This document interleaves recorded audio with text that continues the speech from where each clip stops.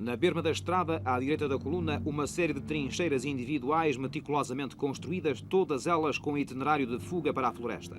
O inimigo preparara com excepcional cuidado uma emboscada à coluna em terreno estrategicamente ideal para que a sua ação pudesse constituir um êxito retumbante.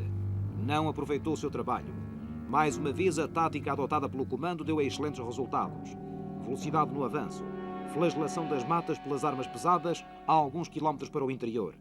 Incursões de atiradores em movimento envolvente, apertando em tenaz a frente da coluna em progressão.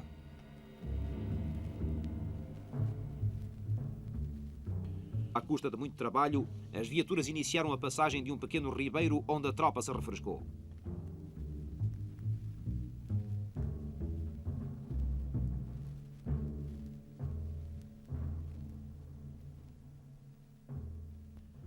Logo depois do curso de água, surgiram enormes abatizes a interromper a estrada. Eram imbondeiros atravessados no caminho. O esquadrão, na impossibilidade de remover tais obstáculos, foi obrigado a contorná-los, abrindo uma nova picada na floresta.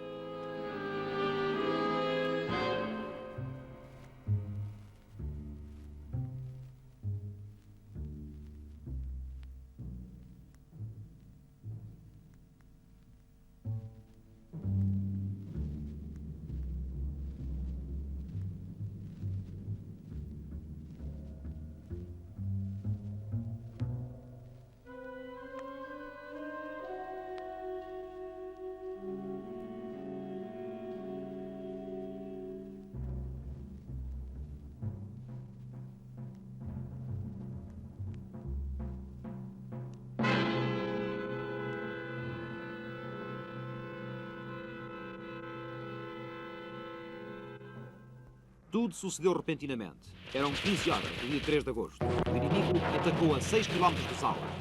Ao longo de algumas centenas de metros, a coluna foi alvo do fogo intenso do inimigo. Os homens dos primeiros pelotões foram alvejados por atiradores que disparavam do cimo das árvores. A reação foi violenta, como sempre. À frente dos seus homens, comandando o contra-ataque, foi atingido gravemente no pescoço o segundo sargento de cavalaria Manuel de Sousa. Comandava a primeira secção que se lançara na frente. O nosso operador, Serras Fernandes, acompanhava-o e registou no filme os seus últimos momentos de vida.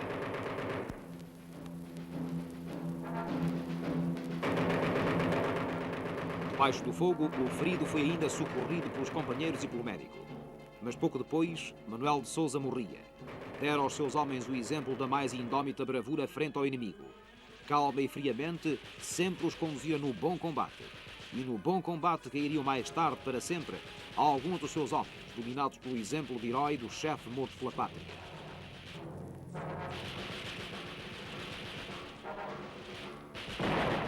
O inimigo foi obrigado a debandar. A artilharia explorou o sucesso bombardeando os possíveis itinerários de fuga, cortando-lhe a retirada.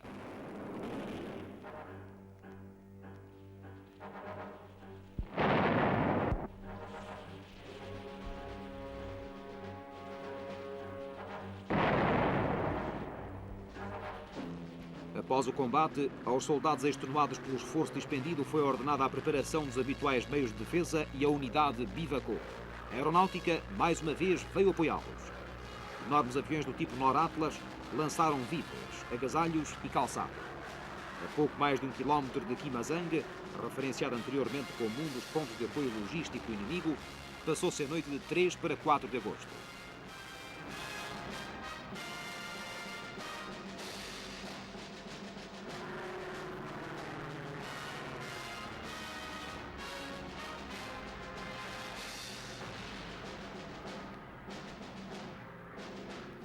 Às primeiras horas da manhã, o acampamento foi alvejado com rajadas de metralhadora. 2 pelotões saíram imediatamente para bater as matas circunvizinhas. A nossa reportagem acompanhou um deles. Vislumbravam-se os primeiros indícios da reação do inimigo à derrota do dia anterior. Cientes da tática adversa, chamar os nossos efetivos para o interior da floresta, os soldados procuravam o inimigo com a valentia e a agressividade habituais. A peito descoberto, arrancaram em assalto até ao cimo da colina que dominava o acampamento. O inimigo furtou-se ao combate e debandou.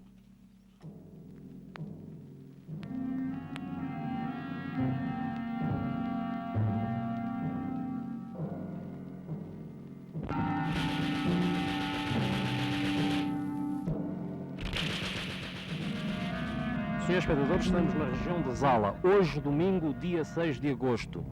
Estamos na região de Zala, a 2 km do posto administrativo. Estamos prontos a continuar a marcha e a ocupar essa povoação. Há momentos, um pelotão de cavalaria foi em reconhecimento e foi de novo atacada.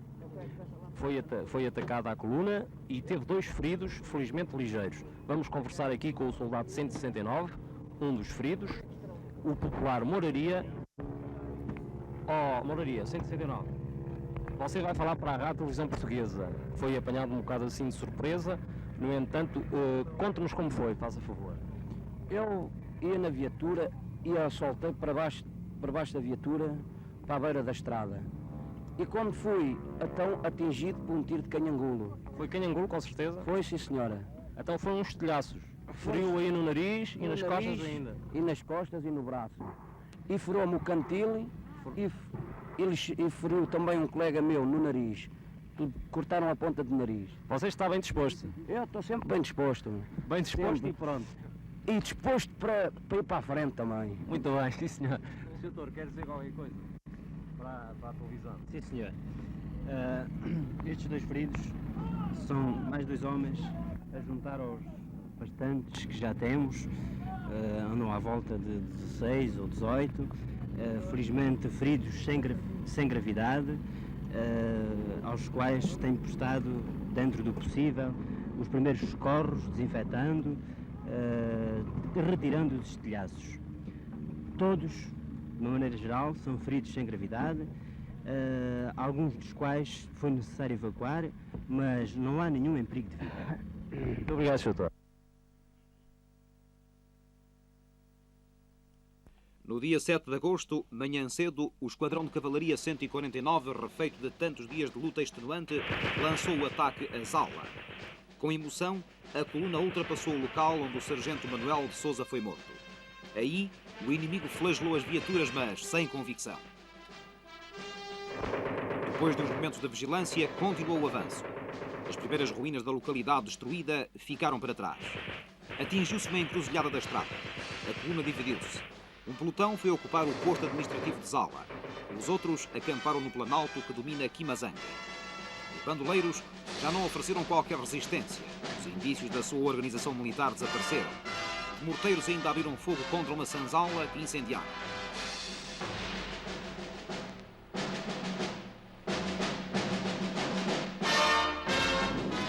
Zala é a sede administrativa e tem como chefe José Guimarães, que acompanhou a ofensiva desde a Vila do Ambris. Localiza-se numa depressão entre elevações pronunciadas e é constituída pelas casas do posto administrativo. Centro de uma região com bastante população negra e com inúmeras fazendas de café e algumas de palmar, foi destruída selvaticamente. Quase toda a população branca e mestiça sucumbiu à fúria assassina dos terroristas em março de 1961.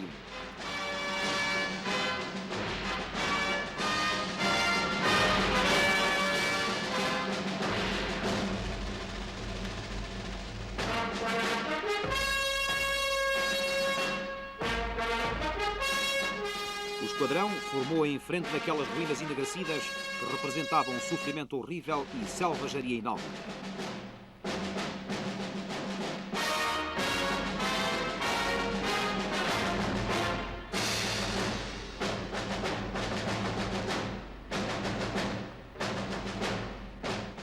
A cerimónia significava o começo da pacificação, o regresso à ordem, à normalidade. O capitão Rui Coelho Abrantes dirigiu palavras entusiásticas aos soldados. Disse o comandante do esquadrão: devemos esta vitória aos nossos camaradas caídos em combate. Nós seguimos simplesmente o seu alto exemplo de bons portugueses e de bons soldados.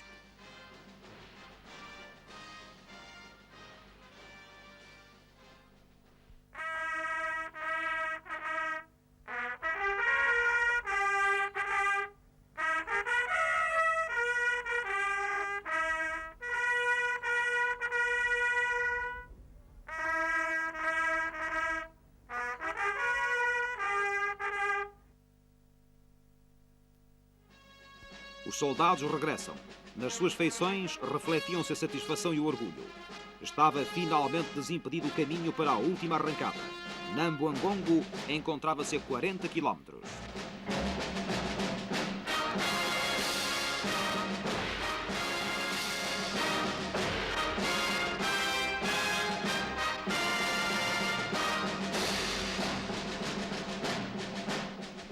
Em magníficas condições defensivas, o acampamento viveu algumas horas de intensa preparação para o assalto final.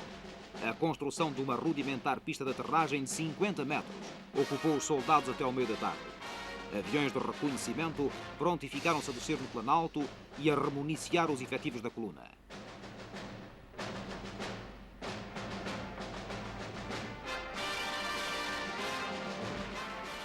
E ao fim daquela tarde, com arrojo e perícia característico dos pilotos da Força Aérea, um Dornier descia no Planalto.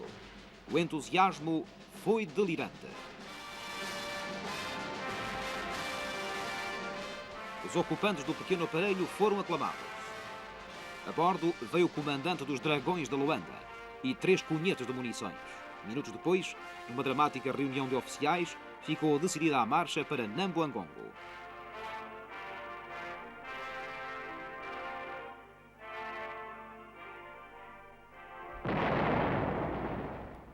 Às 13 horas do dia 8 de agosto, a artilharia iniciou o bombardeamento do itinerário, a última fase da operação. Lentamente, mas sem qualquer hesitação, a coluna marchou para o objetivo final.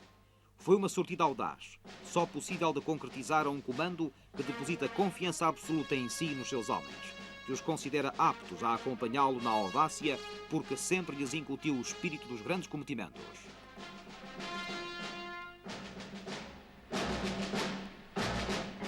Nambuangongo encontrava-se a 6 km quando se atravessou a Vau o rio Uembia, numa carga violenta, desesperada.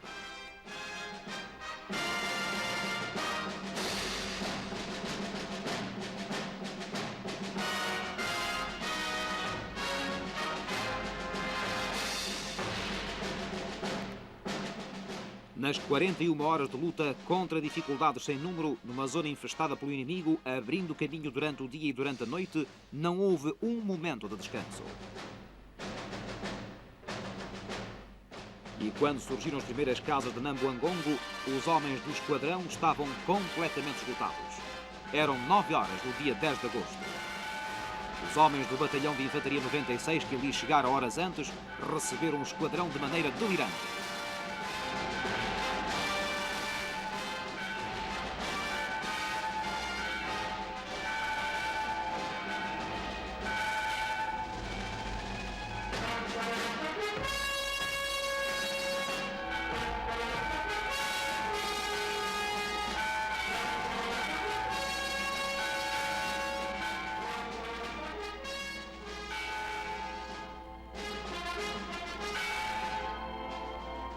Os 2 comandantes, o tenente-coronel Massanita e o capitão Abrantes, abraçam-se. É a alegria da vitória.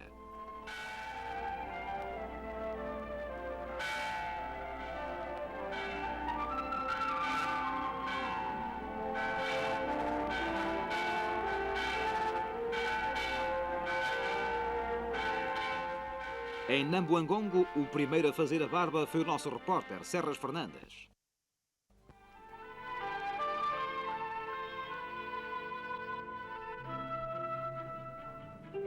O Sr. Tenente-Coronel Massanita, como nós já dissemos, é o comandante do batalhão 96 que ocupou tão valentemente Nambuangongo ontem ao fim da tarde.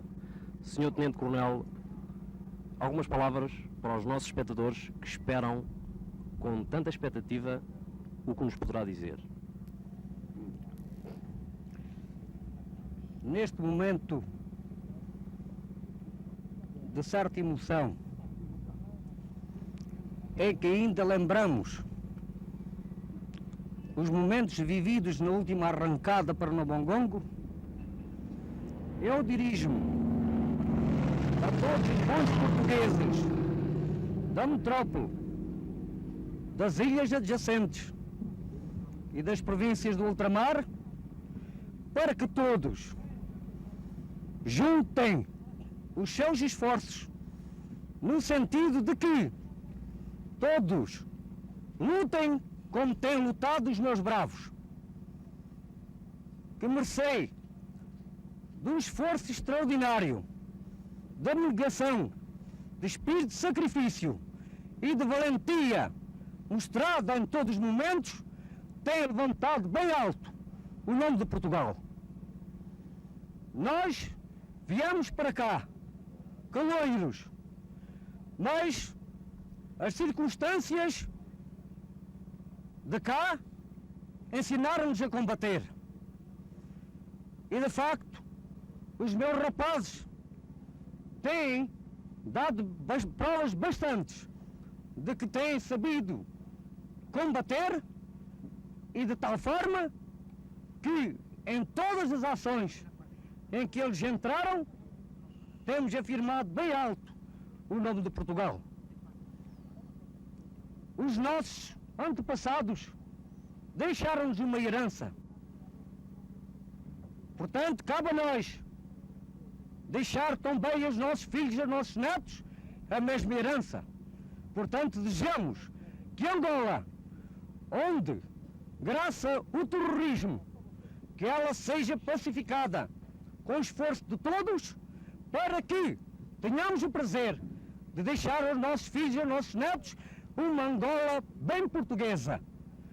Para isso, repito, peço o esforço conjunto de todas as forças da nação, para que, assim, consigamos, num espaço de tempo, que eu espero seja bem curto, que Angola volte a reinar a paz e que Angola continue a ser portuguesa e bem portuguesa. Não temos regateado esforços nem sacrifícios. Portanto, é necessário que todos os outros não regateiem os seus esforços e os seus sacrifícios para que o objetivo final seja absolutamente conseguido. Quero, neste momento, fazer justiça à aeronáutica que tanto colaborou conosco na conquista deste objetivo. Quero também, não deixo de tecer os meus louvores e elogios ao comandante da coluna, que chegou horas depois de mim, porque nós chegámos no dia 9 às 5h45 e eles chegaram hoje às 9h15. Portanto, eu sei que eles, quando aqui chegaram, quase não tinham energias para se manter de pé. Nós também aqui chegámos sem energias quase, mas eu vi nas lágrimas dos meus soldados, num sorriso de satisfação, numas expressões de rosto, onde havia lágrimas e sentimento, o prazer extraordinário do objetivo conquistado. E ainda foi com emoção que nós, aqui à chegada, quando o pelotão da vanguarda se punha em linha, eu vinha com eles, e chegámos no Mongongo, vimos a imagem, coisa milagrosa, do coração de Maria, aqui absolutamente intacto. Isso parece que é um bom augúrio para o batalhão.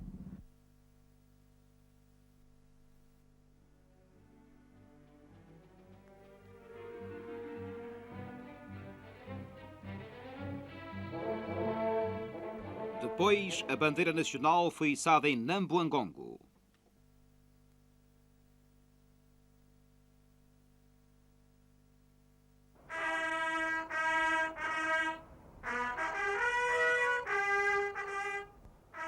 Atada num pesado cano de chumbo e erguida custosamente por um soldado, à medida que o toque de continência progredia, a bandeira ficou hasteada junto da cruz da igreja e a ala fixa com aramas.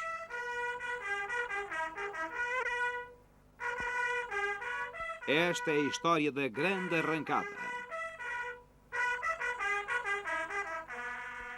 Esta é a geração que se consagrou a si mesma como a melhor do seu tempo.